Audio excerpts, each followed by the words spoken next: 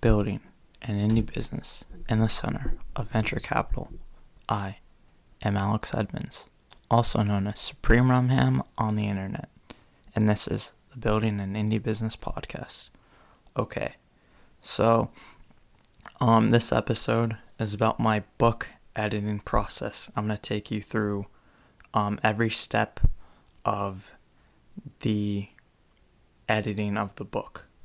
I'm going to talk about my outlining process, recording the episode, the tools I use, the problem with those tools, and the benefits of my process and the problems I found with my process. Okay, so let's get into it. So the book that I wrote is What's the Deal with Podcasting?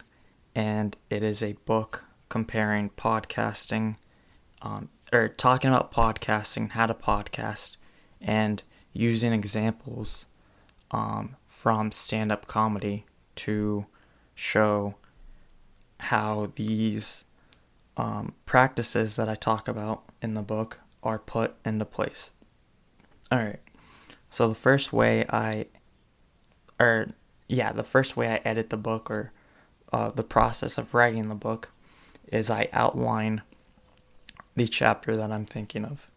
So, for example, the chapter on live streaming, I have one section about how to live stream, one section about the benefits, one section about the problems with live streaming. I will talk about the solutions to those problems if there are any. I give tips like that don't really fit into the other four categories. Okay. The outline ends up to be around 300 words.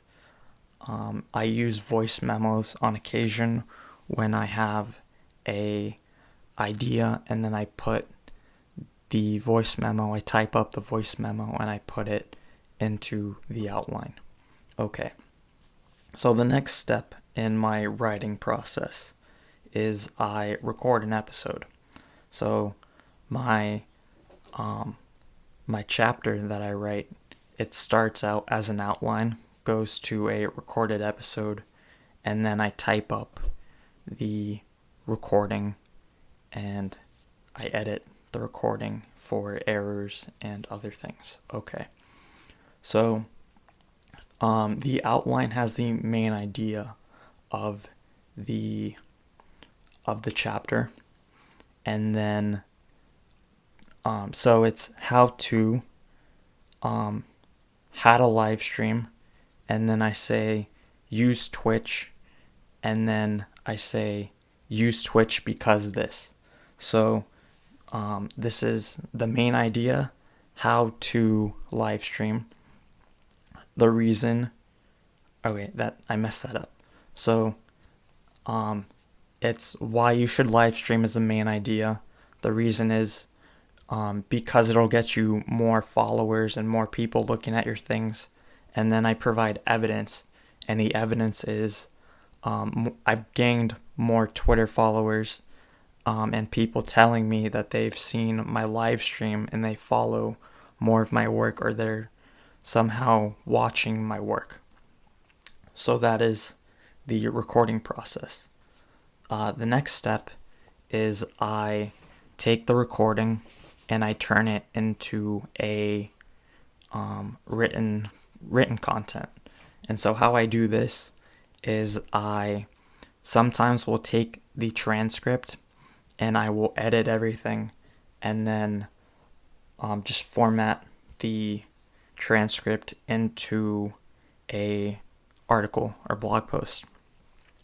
But mainly what I do is I will take the recording and listen to it, change things around to what I like, or what's better for writing, and I will then speak it again into a Google Doc using speech to text, and then I will just say what I said in the episode over again. Yes. Okay. Now once I have my fully spoken blog post, I'll put it through Grammarly. And so Grammarly's great. And what Grammarly is looking out for is a couple things. So when you start a new Grammarly document, it asks you a bunch of things that you're looking to, the way you want to structure your writing. So it asks you who your audience is, or how you want to display your writing to your audience, or who your audience is. Are they general people that they know about the topic a little bit? Are they a bit more knowledgeable, or are they experts in the subject matter? And it will edit your writing to fit that audience. And then it asks you, how formal do you want to be? Do you want to be informal, neutral, or formal? Okay. Then it asks you your domain of writing, and this is the sound of your writing. Do you want to sound academic, business, casual, creative? Then your tone. Do you want to sound neutral, confident, or friendly? Then your intention. Do you want to inform people, describe, convince, or tell a story? Then, while you're editing your blog post, it will edit for correctness. Are you spelling things right? Is your grammar correct? Clarity. Is your writing clear? Can other people easily understand it? And sometimes when your writing is unclear, it will highlight the sentence, and sometimes it'll rephrase it for you, which I think is great. All right, then it edits for engagement, and what engagement is this writing interesting? Are you capturing people's attention? Okay. The final thing that Grammarly checks for is delivery. Are you delivering this in a manner that people understand it or are willing to read it? Okay. So now the problems with Grammarly. So Grammarly doesn't want uniformity, and this is really annoying to me. So when you're using Grammarly, it will underline in green a word you've used before.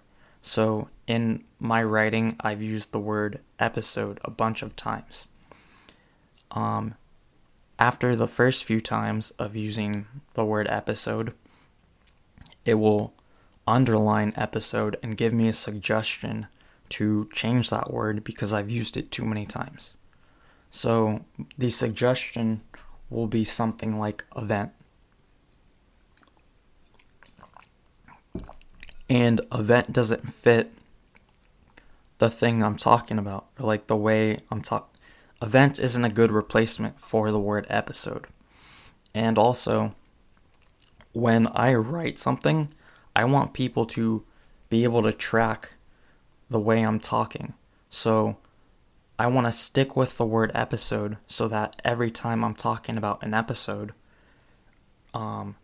people can search for the word episode and understand I'm still talking about the same thing. If I change it from from like episode or recording, that might be difficult for people to track. So I don't like that. Okay. And sometimes it will give the wrong suggestion. And an episode is the exact example that I can use to demonstrate this. Event and episode are not the same thing. An episode is an episode of my podcast. An event would be like the event of me recording the episode. Okay. Another problem with Grammarly is on occasion it will tell me that my writing is wrong. It'll underline it in red, but then not tell me how to fix it. So I have to guess and move words around or delete words to figure out how to make my writing fit Grammarly's suggestion. Okay.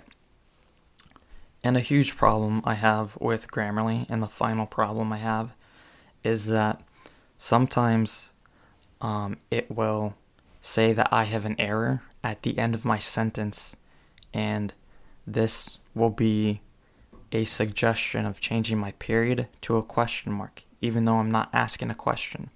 So when I had all my chapters put together, I had like 50 errors, literally, and probably 30 of them were saying that I need to replace my period with a question mark. So that was annoying. Okay, so the next tool I use for editing my blog posts, articles, the book, is Hemingway.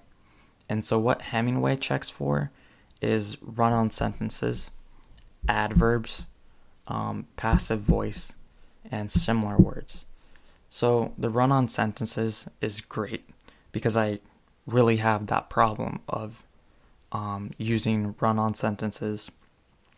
Usually what it makes me realize, or how it shows you run-on sentences, is it'll highlight the run-on sentence in yellow when it's kind of a run-on sentence, and then red when it's really a run-on sentence. And usually what you have to do to fix that error is just put a period somewhere, or multiple periods if it's red.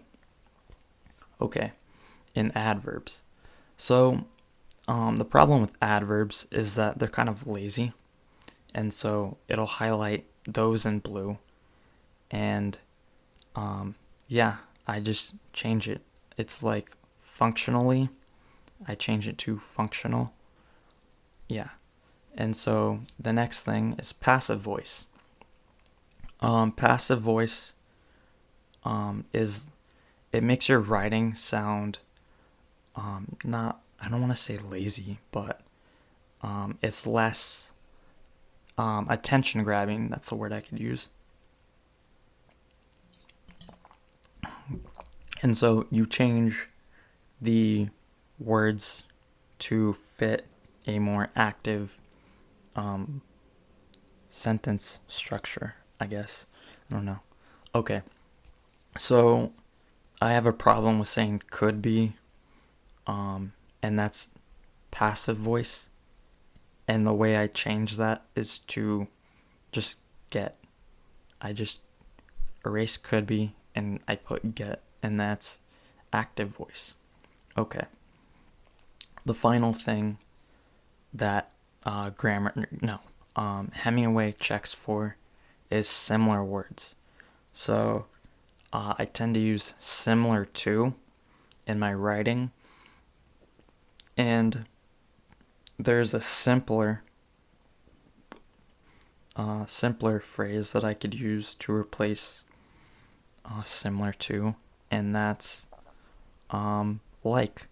But I'm not a fan of using like in my writing because I'm from California and people stereotype like as a word that people from California use. Okay. And it looks bad in writing, but that's just me. Okay. So the problem with Hemingway is it's simple. It's just very simple things that I could just check for myself. I just like it highlighted though. So yeah. Maybe they have an extension I could use. I have to check that. Okay. It's simple. And then another problem with Hemingway is that every time you leave the tab, it'll restart to the top of your writing. So let's say you have a 2,000 word blog post and you're on the around 500 words, and then you go to a new window to check something else, or like copy and paste the writing into another document. It'll start from the top, then you have to scroll back. It's just really annoying. But Hemingway is free. I think it's hemingway.app, so it's really good to get you started. eventually you will be able to check for those things yourself. And yeah, okay. So the next step, actually the final step in my writing process, is I take my blog post, article, chapter, whatever, and I use readermode.io to listen to the article using speech to text. Text to speech, sorry. To write the article, I use speech to text. To correct the grammar and edit, I use text to speech. Okay, yeah, so I flip them over. I use readermode.io. I already said that. And so I listen to the blog post or the writing piece, and what this does is it corrects errors that something like Grammarly or Hemingway would not catch. So if it's not a grammar error, if I'm just using the wrong word, if it sounds weird, that's what listening to the blog post does. And it helps me with formatting, because I can sense when I need to change the format of the writing, like if I need a second header or an H1 or H2 or third H3. When I feel something is missing from hearing the writing, I will add it right after, and then I will put that chunk of writing through the writing process. I'm able to hear how someone else hears my writing, because there's the way I hear it and there's the way someone else will hear it. You know what I mean? So it allows me to get feedback from someone else, technically. Yeah. Okay. Problems with speech to text. Okay. So it's kind of hard to pause speech to text, and that can cause problems because, again, if I have a 2,000 word article and I need to pause it to change something, I have to go back and hear the other 500 words again. So that is not great. Translation problems. Okay. Yeah. So when something doesn't, hold on. Okay. When something doesn't translate well, okay. So sometimes when I'm using text to speech, there are words that, so when I'm using speech to text, sometimes, when I'm using text to speech, sometimes I have to edit my verbal tics. So like right now I'm saying and I have to edit those out, and I have to spend time fixing that. Okay. So the timeline of my editing process. Usually it takes around 8 days for me to outline, record, and write and edit a chapter. Sometimes when I'm struggling, it'll take me more than 8 days, but usually it takes me 8 days. The outline takes the longest. I write chunks of the outline before I go to bed, and then I record the episode. So, like in one day, I'll write the how-to, and another day I'll write the benefits. And when I finish that cycle of stuff, then I will just think of things that I should add to each section. Okay, so the benefits of the process. I don't get writer's block, which is great because I think speaking, it helps me to not have to, I have to come up with something on the spot. So I can't be waiting to think of something to say. I have to think of it right then and there. And then also, what was I going to say? Yeah. Just writing on a keyboard, I have difficulty doing that because I think I'm writing one idea down and then I get a new idea, and that new idea will slip my mind as soon as before I finish the current idea that I'm working on. With speech to text, as soon as I get a new idea, I can just say it, and then it'll be down on paper. I will have to edit my chunks of writing to make it sound coherent, but I will understand what I was trying to say at the time, and then I'm able to expand on it. Okay. Another benefit of this writing process is I'm not nervous to release my content out in the world because I know that it's been heavily edited and I know how people will hear my writing, and that makes me more confident because I am comfortable with how people will hear my writing. Okay. The last benefit of the process is I get feedback. So when I hear the episode, I'm getting feedback from other people. Technically, I'm hearing how other people will hear it, which gives me feedback, because if I don't like the text to speech, then I change it until I like the text to speech and how it sounds on reader mode. Okay. Problems. One problem is that it's not free, this process. I have to pay for Grammarly, and I have to pay for reader mode. Reader mode is a one-time payment, but yeah, it's not free. It's totally worth it though, 100%. It's not really a problem. It's just something that if you want to start this process, it'll cost you money, and that may be an issue for some people. Okay. The final problem and the final thing I'll say about this writing process is that it relies on a lot of tools.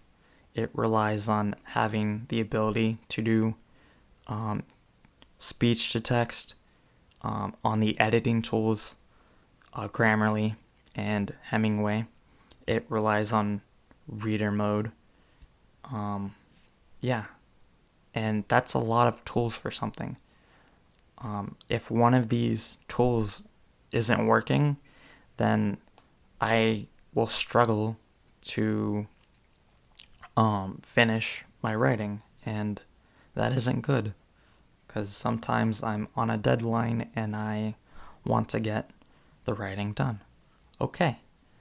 Wow, this is a long episode. Thank you for listening this far. I appreciate it. If you would like to have a blog post on the Open Podcast blog, reach out to me, SupremeRumHam on Twitter, SupremeRumHam@gmail.com, SupremeRumHam on Telegram. I will give you author's access, and you could post whatever you want after that. And then if you want to practice podcasting, there's the Open Podcast Community Podcast, which when you could do an episode on anything and send me the audio, send me what you want in the show notes, and I will post it. I will add it to the RSS feed, and then you will be able to grow your audience from the Open Podcast Community Podcast. Okay. Thank you for listening. Have a nice day. Bye.